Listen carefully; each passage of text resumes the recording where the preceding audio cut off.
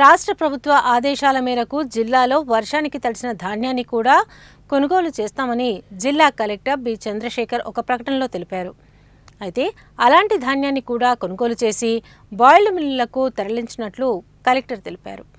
జిల్లాలోని కొన్ని కేంద్రాలలో అకాల వర్షానికి ధాన్యం తడిసిందని, అయితే అలాంటి ధాన్యాన్ని కూడా కొనుగోలు చేసి బాయిల్డ్ మిల్లులకు తరలించినట్లు కలెక్టర్ తెలిపారు. తిప్పర్తి మండలం పజ్జూరులో 650 బస్తాలు, కనగల్ మండలం లచ్చిగూడెంలో 1800 బస్తాలు, తిప్పర్తి మండలం కేశరాజుపల్లిలో 100 బస్తాలు వర్షానికి తడిచిపోగా అవి కొనుగోలు చేసి బాయిల్డ్ మిల్లులకు పంపించామని, అలాగే తిప్పర్తి మండల జొన్నగడ్డలగూడెంలో 3000 బస్తాలు పాక్షికంగా తడిచాయని, అనుముల మండలం ముక్కపల్లిలో ఐకేబీ ధాన్యం కొనుగోలు కేంద్రాన్ని ఈ రోజుతో మూసివేసేందుకు చర్యలు తీసుకోగా 3 లారీలు కొనుగోలు కేంద్రానికి పంపించి ధాన్యాన్ని తూకం వేసి లారీలో లోడు చేస్తున్న సమయంలో ఒక్కసారిగా వచ్చిన అకాల వర్షానికి చెట్లు కూలిపోవటం, పట్టాలు ఎగిరిపోవటంతో 2200 బస్తాలు వర్షానికి తడిచాయని, వాటిని కూడా కొనుగోలు చేసి బాయిల్డ్ మిల్లులకు పంపించినట్లు కలెక్టర్ వెల్లడించారు.